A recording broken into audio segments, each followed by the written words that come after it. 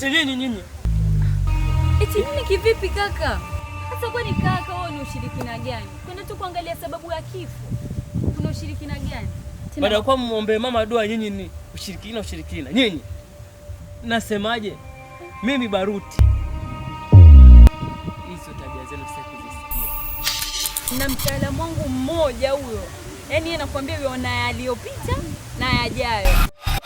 Shemegi, mimi naondoka. Maisha hapa amenichokesha.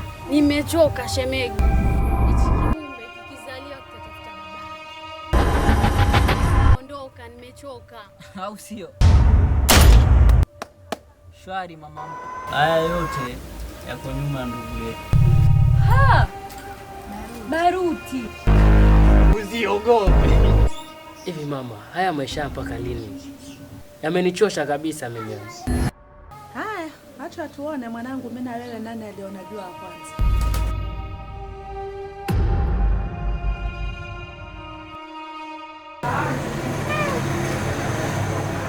Kwa kweli sisi tumeshindwa. Labda mwangalie tu mambo ya nyumbani. Wai Islamu. Macho yangu. Macho yangu.